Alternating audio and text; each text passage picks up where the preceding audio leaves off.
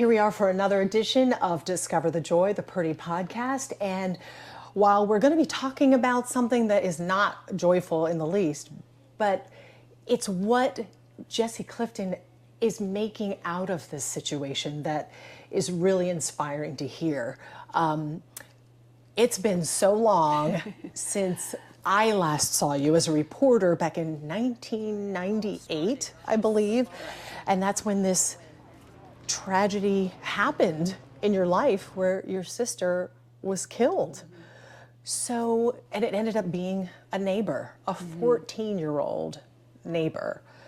And at the time, your sister was 8 years old, Maddie Clifton. It made huge headlines here in the Jacksonville, Florida area. Help me, as a reporter on the street there, we were always behind the police tape.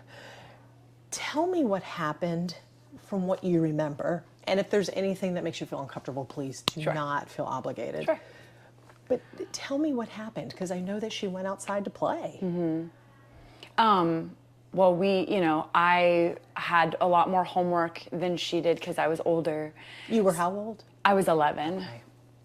And so we each had chores, had to practice our piano, do our homework, and she just got done before I did. And every day after school, just like you did in the 90s, we went outside to play with our neighborhood friends that all lived on the same road.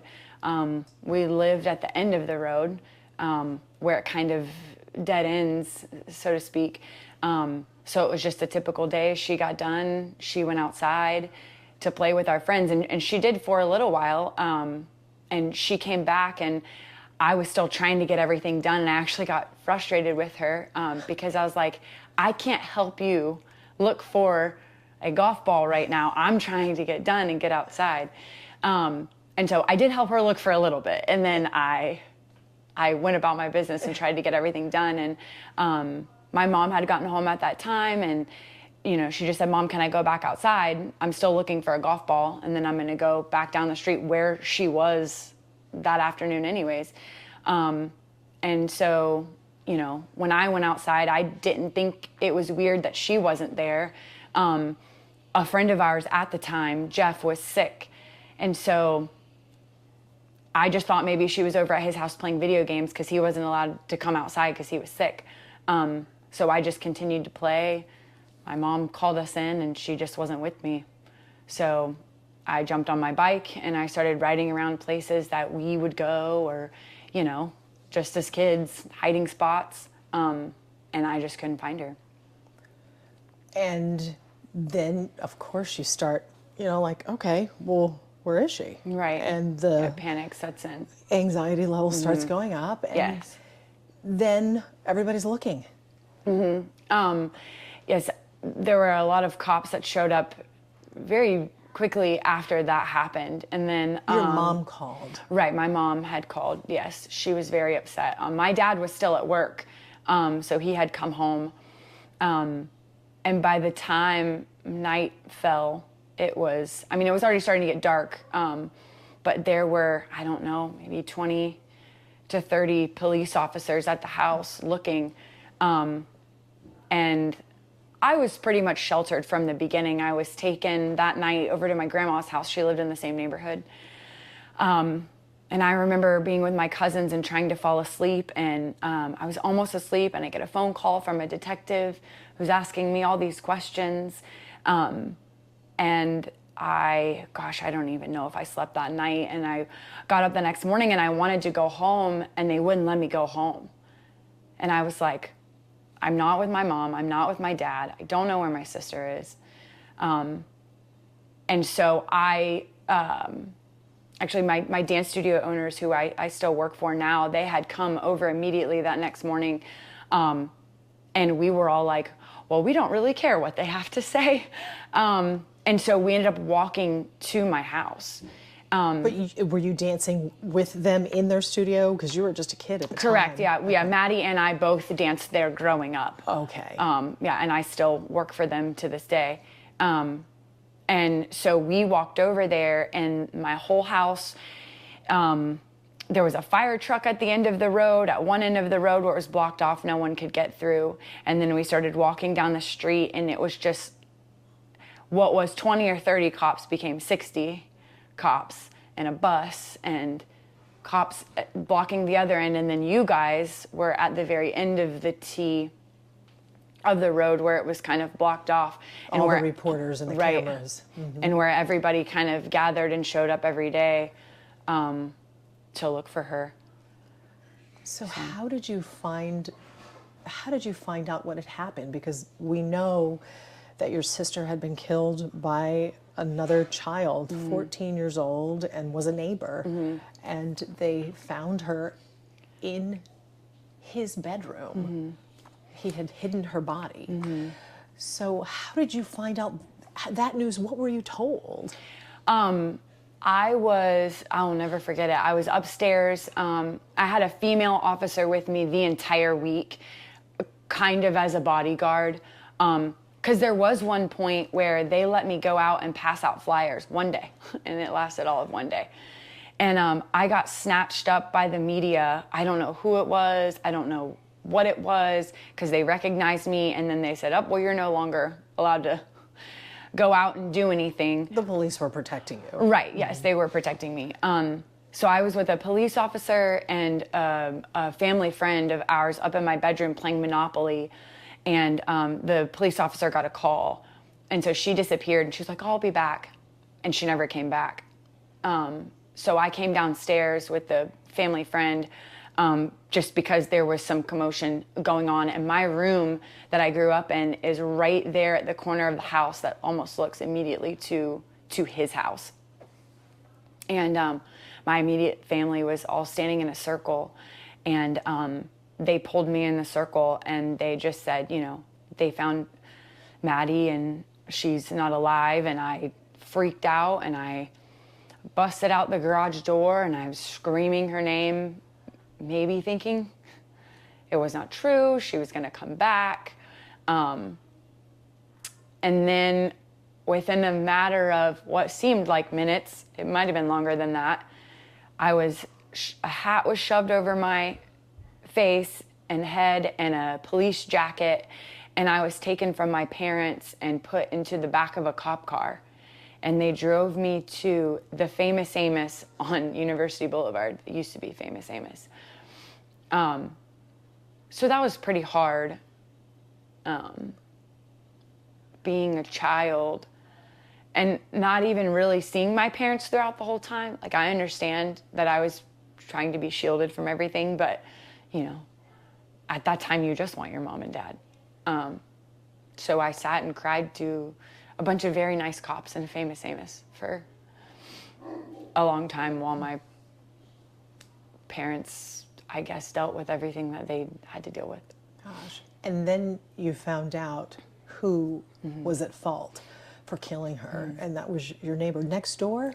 A couple It was like, no, just across the street, Okay. like kind of catty-cornered. He was our friend. We had spent probably the last year and a half hanging out with him every day for a long time. As a kid, that's a long time. Long enough to think you would trust someone or know someone. He was older, but we all had ages in the neighborhood. Maddie's best friend was her age, and his cousin was 14. And so Josh, and his name was Justin, they were always together. They were 14. Maddie and Nick were 8, and my best friend was Jeff, and Jeff and I were 11. So we all had our ages and so then we just all always hung out. So I feel like a lot of people always say, oh, well, what was an 8-year-old doing with a 14-year-old? Well, I had known Justin, the other 14-year-old, since we were since we were born, literally in diapers. So it's not, to me, it's not an age thing, because we were all friends and we all hung out. We had been over to his house multiple times. We'd met his family. We all did things together as kids. It was shocking, because I showed up to his door that day that we were searching for her that night. And I knocked on the door and I said, is Maddie here? And Josh came to the door and he was like, I haven't seen her. And his dad kind of shooed me off. And he's like, well, I'll get a flashlight and come help you look. And he did all sorts of things that week to help us, when all along he knew what he had done. And just after the realization that this was him who killed your sister, I'm sure thoughts of how he helped with the search just were popping through your mind. And how is that whole thought process for an 11-year-old? I mean, I was confused. I was very confused. You grow up, I grew up in a Catholic home. Good things happen to good people. If you're a good person, goodness and grace comes to you. And it was a very hard pill to swallow, that somebody in your inner circle betrayed you. I know it took a toll, clearly took a toll on the family, on you. What has all of that experience done to you? I mean, and the reason why I'm asking is because so many people are dealing with trauma and childhood trauma. So what effect has that had on you? Here we are 25 years later. I mean, a pretty big one. I look back at my life and the first half of it seems like a dream. I don't know if it's real. I have memories, but they're so foggy. And then just to wonder where I would be or what my life would be like if my family was still together. I have no idea. But I mean, I've been through a lot of counseling and a lot of therapy. That's truly, truly helped me.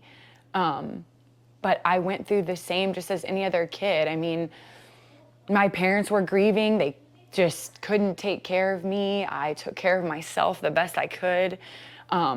Got myself through college. And I mean, they were there, but it was just like very robotic. And I don't blame either one of them. I have let that hurt and that blame go for them. And that's something that we've discussed, especially after therapy. But I don't remember a lot of the second half of my childhood. I remember everything that week, and then everything after that, like finishing middle school, high school. It's very hard for me to remember. I rebelled. I went through a very bad stage where, I mean, I could have turned to drugs and alcohol, and I was spending time with the wrong people, and I thank goodness got out of that and put myself through college. And how did you get out of that? I don't know. I had a lot of good friends and a lot of good family members, and friends of family that we had been friends with. I mean, my church family, I truly had a great support system, and I don't ever want people to think my parents didn't have a huge part in it, because they did, but they could only do so much because they were hurting so bad. And I was sheltered from that hurt, because if I saw them upset, it would get me upset. And so I learned to not grieve, because if I grieved, they would grieve and be upset, and I didn't want to see them upset because they were always so upset. So I didn't grieve for a long time. And now, the older I get and the more therapy that I do go through when I am older, it affects every aspect of my life that I struggle with and deal with every day. But I wouldn't be here without my support system and people that have been in my life for so many years. My dance studio, they're my family, and they've gotten me through so much. And my fiancé is truly the first person that I have ever had in my life that has made me feel like I see you and I know you've been hurt, and I don't blame you or look at you any differently. I don't want people to feel sorry for me. And so it's something that he's truly been able to uplift me and bring me to a place where I don't feel like I'm the problem all the time or that I have issues. So that's, I mean, I truly wouldn't be here without any of those people in my life. And you said your family is not together. This has torn your family apart. Yes. Your parents are not together anymore. They're divorced. How are they doing? I mean, they've been through their own struggles. They tried to make their marriage work after 3 years of her being gone. So I was 14 or 15 when they got a divorce. And they had been married 25 years, you were telling me, up until that point. They had been married for a very long time. I can only imagine what blame and guilt and grief, you just grieve differently, people. And my mom, you know, she lived in her grief, and my dad just couldn't do that. And I don't think they could be there for each other. And that's hard. I can't imagine. I am not a mother. I'm soon to be a stepmother, so that's the only sort of 2 cents I can put into it. But this is interesting. Talking with you, you do work at a dance studio. You've been teaching dance for a couple of decades. Yes. So you're with children all the time. I am. And it's not like you're just with them. You're with them from the start when you first start dance at like 3 or 4 years old, all the way through their lives. How does what happened to you affect the way you interact with children? I mean, I try and, you know, with social media and the internet and just the access that all of these kids have today, it just scares me. Because back then, it was a thing. I don't even remember if we had a computer in our house back then. It was new. It was very new. And the internet is what started this whole thing. It played such a huge role in the murder of my sister. And so now with the way things are so out of control, I just try and not pound it into them and not preach, because kids will do what they want, but just try and somewhat make them aware, and also make them aware that life and what you're going through as a kid and a teenager, it's really hard, but it could be a lot harder. And be nice to your parents, and, you know, all the things that, you know, I see, especially from a dance point of view, you know, and I live that too. Growing up dancing and being aggravated with my parents or aggravated with your siblings, and just try and be thankful for everything that you have, and understand that it can always be worse, and to just please be careful with social media. You said that it played a part it's such a big part. How so in the murder of your sister? So 30 minutes before, when the police went through his house and his belongings, they had a family computer. And both of his parents were at work, and he had full access to it. And the police found like rape pornography sites that he had been visiting 30 minutes before he committed this heinous act. So. And you believe that influence led to what he did to Maddie? Yes, 1000%. If he hadn't have had access to that, I mean, who knows what would have happened. There was already premature things happening even before that, to where you can look at it and say it was premeditated. You were breaking into our house. Something was going on. And I think it just exacerbated, I think, the internet and what he was looking at. I mean, at that age, your hormones are going crazy. So it all, there's so many things that played a role in it, to where it wasn't just like, oops, this was an accident. Because that's what was said. That's what he told police at the time, was that Correct. he hit her with a ball and she started screaming and he Right. got scared, and so he took a bat and hit her with a bat. Correct. Yeah, I mean, we had been in his backyard before, and he had said they were in the backyard, and his backyard is just a pool with like tiny little pieces of grass on all four corners of the pool, and that's the backyard. And when she came to me that day, she wanted a golf ball. She was hell-bent, I don't know if I'm allowed to say that, but on finding a golf ball to go down and play with her friends. And so I just don't think there is any way. I mean, she was driving me nuts that day. So it's like, I just don't think there was any way. I think she saw him because he had been seen hiding in the bushes a little bit before this by another neighbor. And I'm sure she was just like, hey, Josh, just like she had done for the last year and a half. Have you seen a golf ball? I'm looking for a golf ball. We weren't allowed to go over there and play at the time, especially when his parents weren't home. That was a rule. We followed the rules. So I understand what he was doing, trying to make it look like an accident, second-degree murder, but there were just so many other factors that went into play before that.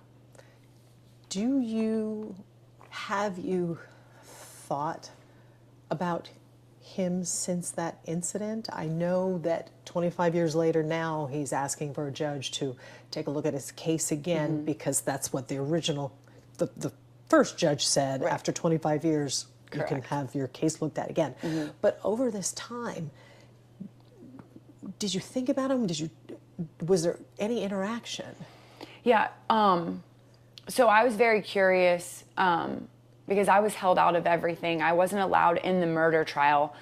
I was 12. I think I'd already turned 12 by the time the trial had happened. And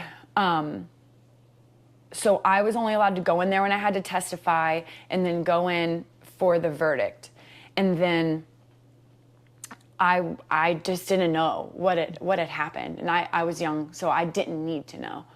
And then I think I was about 16 and I got a hold of some court papers, and that probably wasn't very smart. And I read some things that really, really upset me, just how it happened, how bad it was. And it made me so curious, and I don't know if that's just me being a kid. And so I think I was about 21, and I actually wrote him a letter while he was in prison. And he had made a comment on some interview that he had done that he wanted to apologize to my family in person. And my parents, there's just no way. And so, I was young, and I was like, I'll listen to what you have to say. Maybe thinking I would get some questions answered, or hearing him would help make me feel better. So I wrote him, and then he wrote me back and sent me the visitation form, because they can deny you in prison if you want to go. And I filled that out, but in the process of all of this, his mother ended up hiring another attorney, and they were going to try and fight the case. And he said, it's not me that's telling you I don't want to talk to you, but my attorney has said that I think it's best if we just wait for that. So you never did go visit him in prison? I didn't, no. And thank goodness, because, and I think that's why, so fast forward to, 7 years ago or however long ago the resentencing was. It felt like yesterday, but it's just wild to me. He got up, and they prepare you for all this stuff before you go into these hearings. Who's going to get up and talk? So we're not shocked as the victims and the family. And they said he wasn't going to get up there. And I don't know if you were there. I'm sure you saw it, though. But he just got up out of nowhere. And it really, that week did a number to me physically and emotionally, because I never went through it. You were protected I as a was child. protected as a child, and I only knew so much. And then sitting there for those 4 days, the resentencing was as long as the murder trial. And it wrecked my body and my soul and my heart. It truly did. And this is not, it's going to be I feel like I'm gonna be better prepared, but it's gonna be a lot, and I am scared to do it again. Because he's asking a judge now Right. to take a look. It's been 25 years. Right. Take a look. Can I get out? And we were told this was gonna happen, but again, it's just like, I remember sitting there thinking, oh, that's a really long time from now, and now here we are. How do you feel about his request? I mean, I respect the legal system, and I know that it's his right and everything, but I would never feel safe if he were ever out of prison. I mean, that was the thing I think that wrecked me the most, was knowing that there was some sort of something that revolved around me. And so I dealt with a lot of blame and a lot of guilt after the resentencing hearing, thinking, like, it should have been me. Or like, what if I had gone outside? It would have been me. And then it's like, I would have saved her life. Not saying that my life isn't worth anything, and it still would have caused everybody pain, but, you know, it's just the things that you think about, what could have happened. I'm sorry. No. Are you going to be there in court? Yes. Oh yeah. I'll be there for the whole thing. I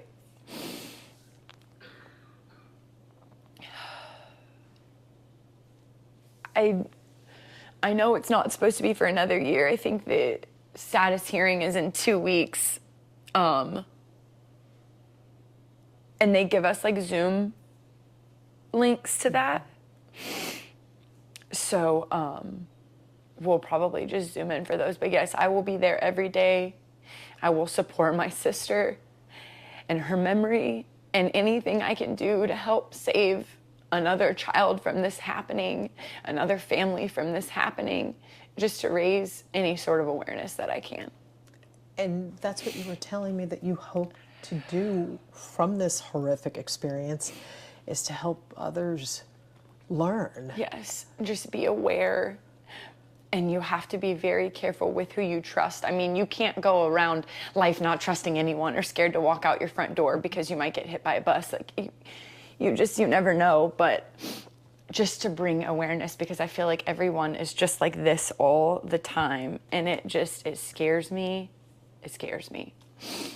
That they just aren't aware of their surroundings. Starting there. Mm-hmm. So, and I just hope that parents are also taking that, making sure they spend more time with their kids and instilling all of these values and morals and understanding right from wrong, and understanding that there are bad people out there, but there are also good people, and that just always be aware. You are going to be a stepmom Yes. after you get married, and you're engaged. So Yes. Congratulations. Thank you so much. Do you want children? I do. That's also another scary thing to think about, is having my own child. But again, I feel like I'm not gonna shelter. I'm not, there were so many ways that I was raised the years from the time I was born to 11 years old. My parents did such a good job.